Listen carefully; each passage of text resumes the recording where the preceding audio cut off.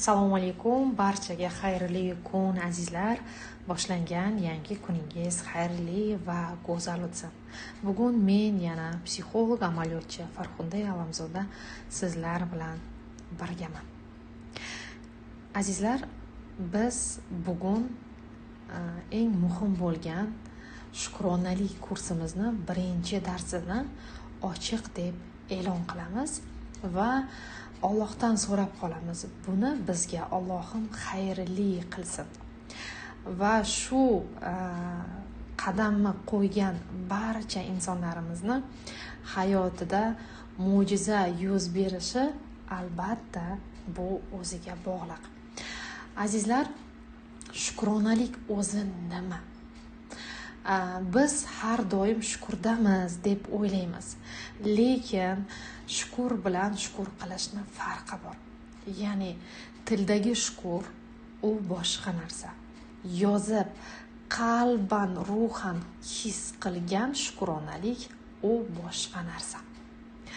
Azizlar, bizning ishimiz shukronaligimizni yozgan holda hayotimizni o'zgartirish bo'ladi. Aynan bugun birinchi darsimizda men o'zimdan boshlashni xohladim, chunki men shukronalik ila nima natijalarga erishganman va aynan nima uchun har Ramazon mana shu shukronalik kursini taqdim qilaman. Shukronalik kursi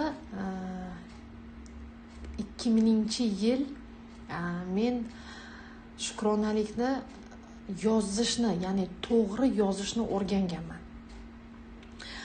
Undan ham oldin men shukronalik yozganman, shukur qilganman, namoz o'qiganman, lekin qalban his qilmaganman.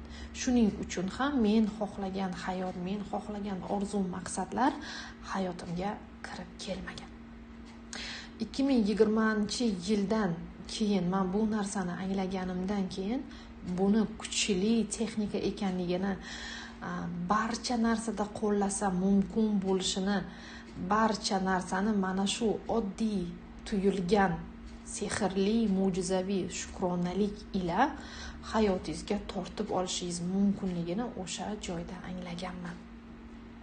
Va o'shanda o'zimga aytganman, nima uchun mana shu hech qiyin bo'lmagan narsani shunchaki yozish bilan insonlar hayotiga olib kirish mumkin emas. Nima uchun mana shuni ongli va ongsiz ravishda insonlar o'zlari anglamagan holda hayotiga yomon hodisa voqealarni tortib olishadida, yaxshi narsalarni tortish mumkin emas deb mana shuni yo'lga qo'yishni boshlaganman. Va eng birinchi yozgan shukronaligim menda aynan pulda bo'lgan. Ya'ni hammada bu muammo bor bo'lsa kerak, pul muammosi menda mana shu pulni tortishda bo'lgan.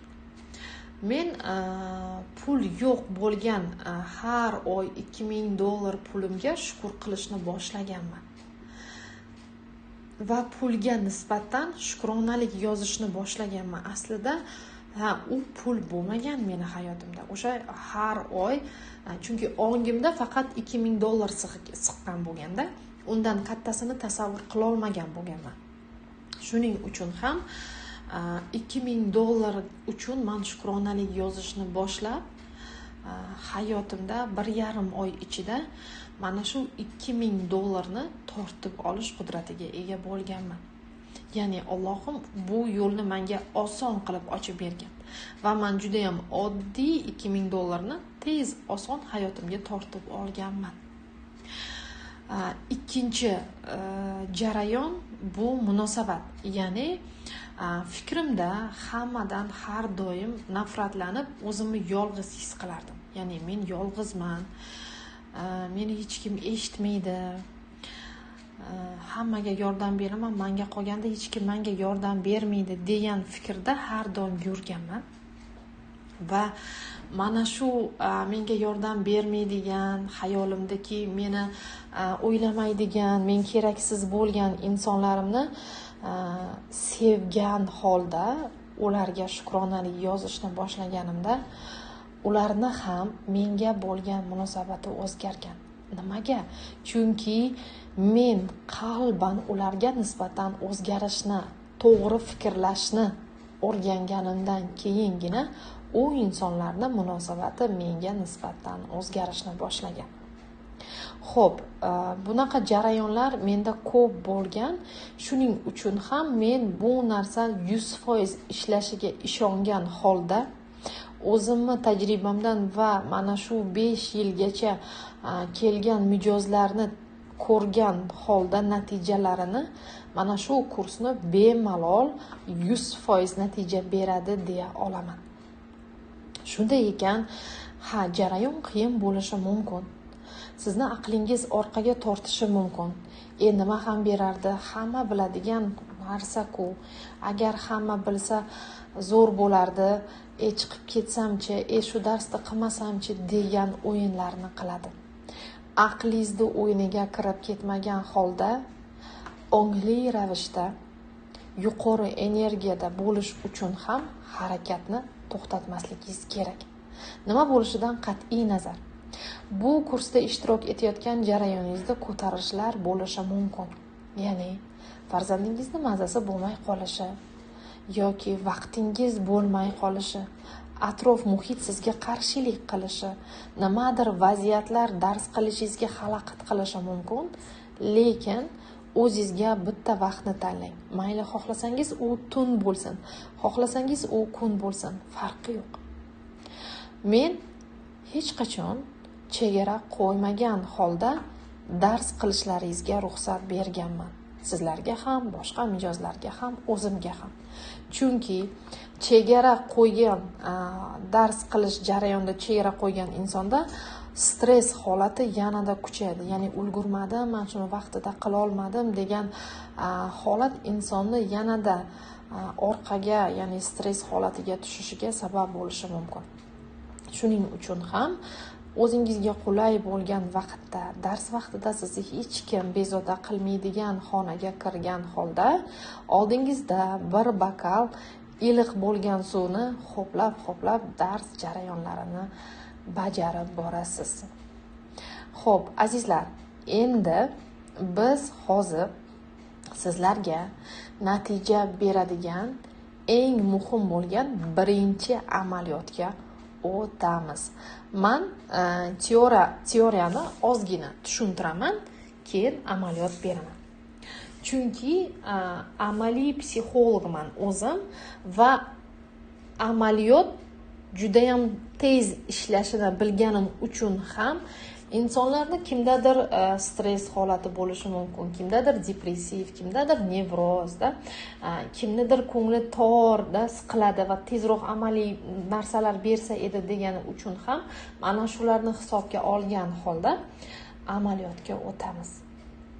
Xo'p, bugun birinchi darsimizda, shukronalik kursimizda bizni qiladigan birinchi ishimiz bu insonlarga nisbatan kechirimli bo'lish. Ya'ni oq A4 formatli listni olasiz. Unga kimdan xafa bo'lsangiz, mana shu ishni bajarasiz. Ya'ni misol uchun siz otangizdan, onangizdan yoki turmush o'rtog'ingizdan yoki qaynonangizdan, yaqin dugonangizdan kim bo'lishidan qat'iy nazar, farzandingiz bo'lsa ham mayli. Mana shu insonni xayolan oldingizga o'tkazib qo'ygan holda qaysidir jarayonda xafa bo'lganingizni varaqqa tushirasiz. Ya'ni hurmatli turmush o'rtog'im, siz meni mana shu joyda har doim tushunmagansiz. Mana shu so'zlaringiz meni dilimni og'ritadi. Iltimos qilaman va buyuraman. Iltimos qilaman va buyuraman. Meni hozirgi lahzadan boshlab xafa qilmaslikka harakat qiling, iltimos. Bu so'zlaringiz meni dilimni ranjitadi deb dilingizdagi gaplaringizni yozganingizdan keyin mana shu kungacha bo'lgan barcha jarayonlar meni o'stirish uchun ekanligini tan olaman va sizni kechiraman. Men sizni kechirdim, men sizni kechirdim, men sizni kechirdim deb 3 marta kechirim yozasiz va yana 3 marta men ham noto'g'ri ish qilgan bo'lsam meni ham kechiring. Men noto'g'ri ish qilgan bo'lsam meni ham kechiring deb 3 marta siz ham kechirim so'rab yozasiz. Va mana shu kechirimlarni yozib bo'lganingizdan keyingina u varaqni yirtib tashlashingiz mumkin bo'ladi. Bu 7 ta varaq bo'ladimi? 10 ta varaq bo'ladimi? 100 ta varaq bo'ladimi? Farqi yo'q. Mana shu kechirimni yozib birinchi amaliyotni bajarasiz. Birinchi amaliyotni bajarib bo'lganingizdan keyin ana shu xatni yozib uni yirtib tashlaganingizdan keyin o'zingizga o'zingiz yoqqan tuzli suvda vanna qilishingiz mumkin. Cho'milib ustingizdan tuzli suv qo'yib yuborishingiz mumkin. Buni farqi yo'q. Nima xohlasangiz o'shani bajaring. Ya'ni vannangiz bo'lsa, vannani ichida tuzli suvda cho'milasiz.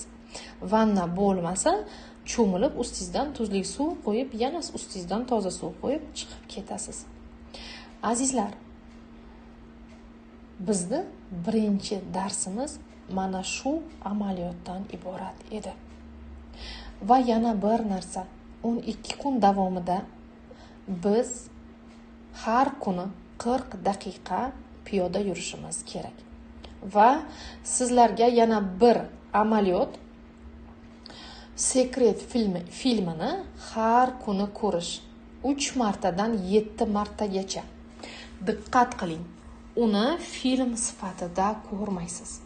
Uni o'sha sizga hujjatli, ongli ravishda hujjatli filmligini, bu real narsaligini, bu haqqoniy ishlashini anglagan holda mana shu kinoni har kuni 3 martadan 7 martagacha ko'rasiz. Va inshaalloh bu kinoni ko'rganingizda anglashlaringiz, holatlaringiz qanaqa, mana shuni bo'lishib borasiz. Har bir dars qilgan darsingizni hech kim o'qimaydi. Xuddi dollarni qanday qilib ochasiz? Mana shu dollarni ochgan holda bunday pulni bunday salgina joyidan siljitgan holda varaqlaringizni ko'rsatib o'tsangiz bo'ladi. Uni hech kim o'qimaydi. Yirtishdan oldin bajardim darsliklarni deb holatingizdan aytib o'tasiz. Kuniga darsimiz 1 marta bo'ladi va bitta dars 2 kun davom etadi. Bizada 7 ta darslik bo'ladi. 12 kun davomida 7 ta texnika, 7 ta amaliyot beriladi. Mana shu 7 ta darsni 12 kun davomida bajaramiz. Agar savollaringiz bo'lsa, savollaringizni yozib qoldirishingiz mumkin. Barchaga xayrli kun, kuningiz xayrli va go'zal o'tsin.